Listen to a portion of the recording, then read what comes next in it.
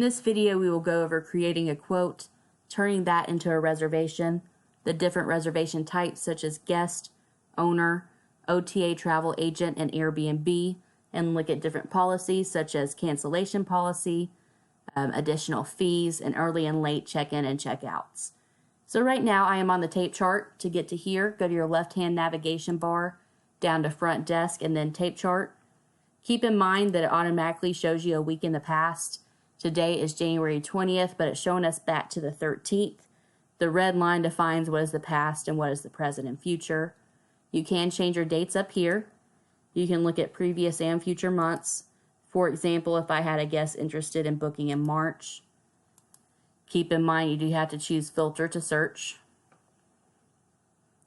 All right, so now we are viewing the month of March, and let's go ahead and filter further. Say the guests need a motorcycle accessible cabin. Go ahead and do that, and they also would like a fireplace and a hot tub. All right, and they need at least 2 bedrooms, and they have a pet. Let's filter again.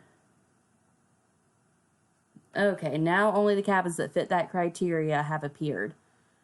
So let's go ahead and choose Watershed 10. They're going to arrive the 3rd and depart the 7th. Keep in mind when you make a quote, you only go through the nights they're staying and you don't include the departure date. For an example, this reservation actually departs on the 5th, but it's only showing through the 4th. As you can see right there, departure date of March 5th. So to create this quote, we're going to click on the arrival date, which is the 3rd, and you do not want to release your click. You want to hold that in, and you drag through the nights they're staying. So because they're departing on the 7th, we're going to go through the 6th. And once you release, it's automatically going to go to the quote screen. The quote will be right here. We're going to have to re-click on these dates to get it to appear. There we go.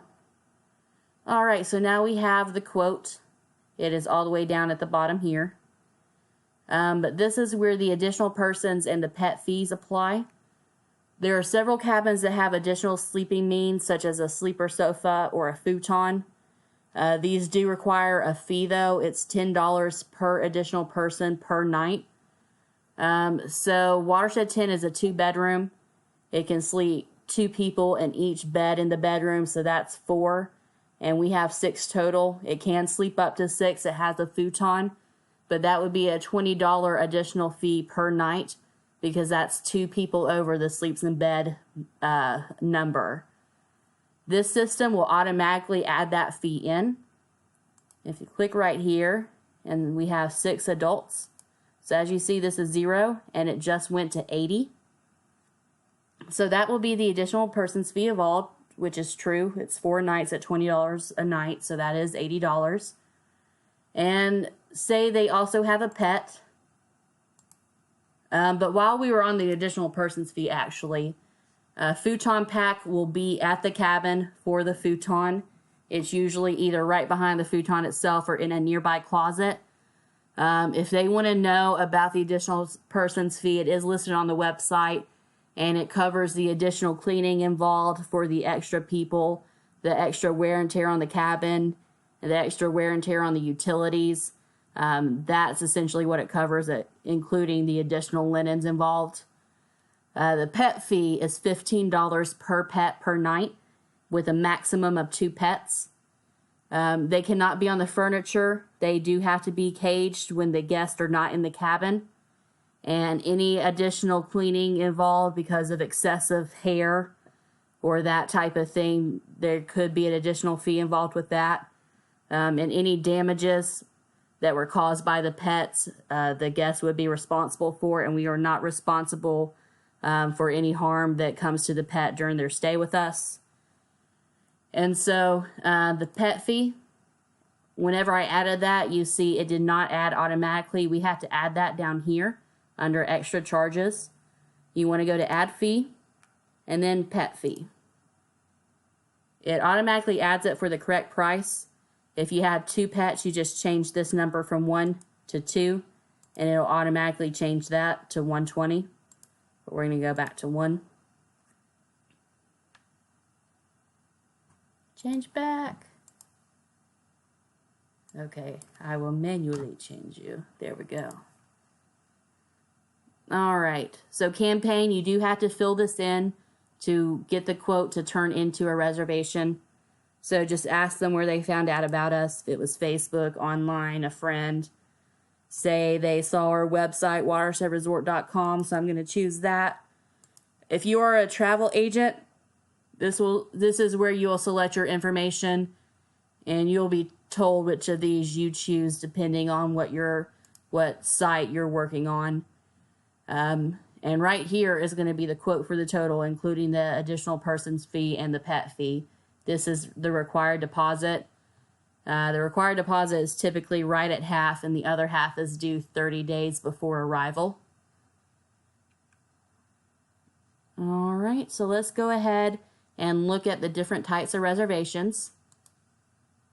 As a reservation agent, depending on your work, what section you're working for, is which one you'll choose. It likely will be OTA, travel agent, as your reservation type. You want to choose this before you enter your dates and the cabin you're wanting, because this will refresh this whole screen. I'll go ahead and show you. As you can see, it refreshes your whole quote, so make sure you choose this first. There's not much of a difference. Owner is for owner reservations. It'll have a 0 amount due because it's their cabin. They don't have to pay to stay there. They will be charged a cleaning fee, which is automatically added. Owner referral is for specific events. That will be customer service only. Airbnb, that's obviously for Airbnb reservations. And Wi-Fi hotspots, if someone is reserving a hotspot, this is how you create a hold for that hotspot for them. You want to change it to this. And then enter your specific dates. So check out of the 7th.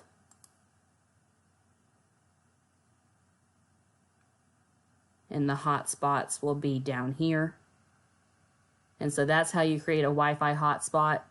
If a guest is interested in one, I didn't show you this on the other page, but it's $19 to reserve. It's a Verizon hotspot, and it comes with 1 gigabyte of data. If they go over that 1 gigabyte, it's $15 per gigabyte they go over, and it also must be picked up in our office. We're located in Bryson City. They'll receive an email when they reserve the hotspot that gives the pickup instructions in our office hours, which are 9 a.m. to 5 p.m., 7 days a week, excluding some holidays.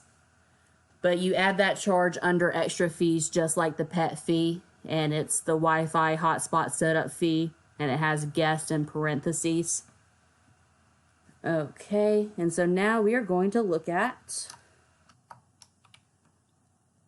actually turning it into a reservation. So I need to pull my quote back up. I think we had decided on Watershed 10. We had 6 people, 1 pet.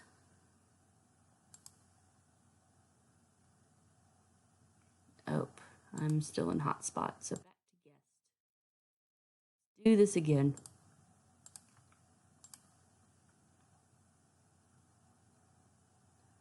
All right.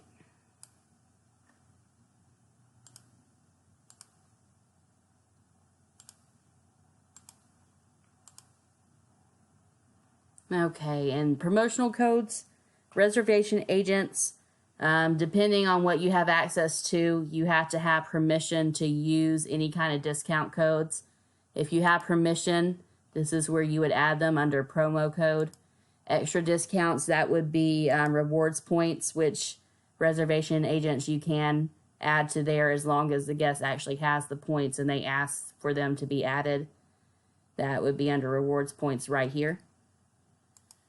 And so just to show you the hotspot, that's the hotspot setup fee.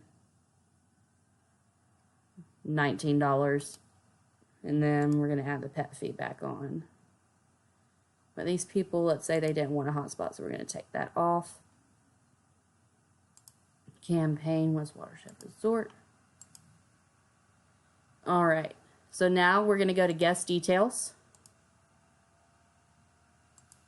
This is where you add the guest personal information, their first and last name, Let's go ahead and do myself. I think I'm in there. You have to have an email address to get it to actually go through. And we do want to have physical addresses. I'm not going to put mine in there, but we do want to get that from the guests. And now we go to guarantee details and we complete the reservation.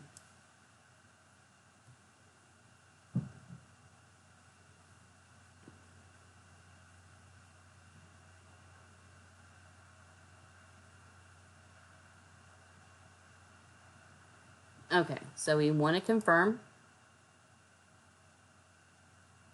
If you have booked this through another website like HomeAway, Airbnb, or something like that, and it has a confirmation number, you want to put that in here.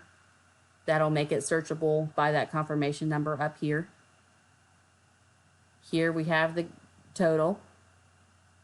Notes, this is where you want to enter anything special about the guest, like say it's their anniversary or any specific details the guest asked for. If the guest wanted something specific, like they are allergic to feather down or they want a early check-in or something like that, we want to click special requests and then type in the request here. You also want to add a work order for this specific department. If it's housekeeping, you add a work order like if it was down.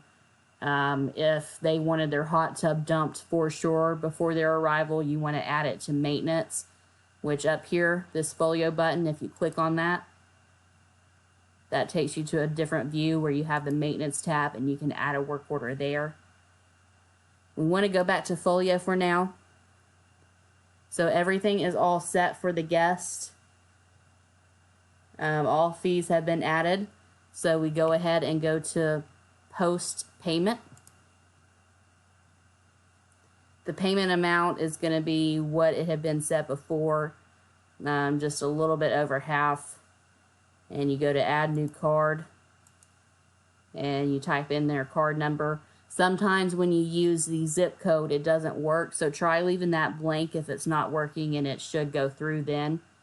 You sometimes don't need that CVC code either.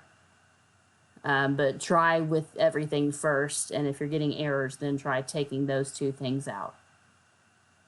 And once you have posted the payment, you are all set. The reservation is made. If you have that disposition screen up on your call log, be sure you put the folio reservation number in and the total amount of the reservation to show that we have won that reservation. Okay, so now we are going to look at important policies to note. We have already discussed the additional person's fee, the pet fee, and the Wi-Fi hotspots. The guests need to be 25 or over. They can have a co-signer who is 25 or over, but their name must be on the reservation, and we also need a credit card number from the 25 or over person. We don't have to actually charge the reservation to that card. We need to charge at least $1 to make sure it's valid, but they would be held responsible for any damages. Last minute reservations, we need to have a picture of the license, either emailed or text to us. This is just protection against scams. Cancellation policy, if they cancel within 24 hours of making the reservation, we can cancel it no problem. If it's out of that 24-hour window, but more than 30 days before they arrive, there's a $75 cancellation fee. If it's out of that 24-hour but less than 30 days before they're supposed to arrive, we can't cancel. But what we can do is open the dates back up and try to rent it back out. Any dates that rent from the reservation, we can refund back. But if not all the days rent back, we can't refund the dates that don't rent. So if they had a 4-night reservation, but only 3 nights rented out, we can only refund those 3 nights. If it's extenuating circumstances, which a manager must approve, we can offer what's called a hardship policy. You would have to speak to a manager about this, and they could go over the details with you. Weddings and parties would need to go through customer service, so please send those requests to them. And that is about it. There are some rental items available, such as pack and plays. please ask for a spreadsheet of these items, and you would be able to have that for any time guests request these things. If something like that is requested, it would have to go under the special request notes again, and then assigned to housekeeping or maintenance according on what it is. That's it for this video. Please join me again. Thank you.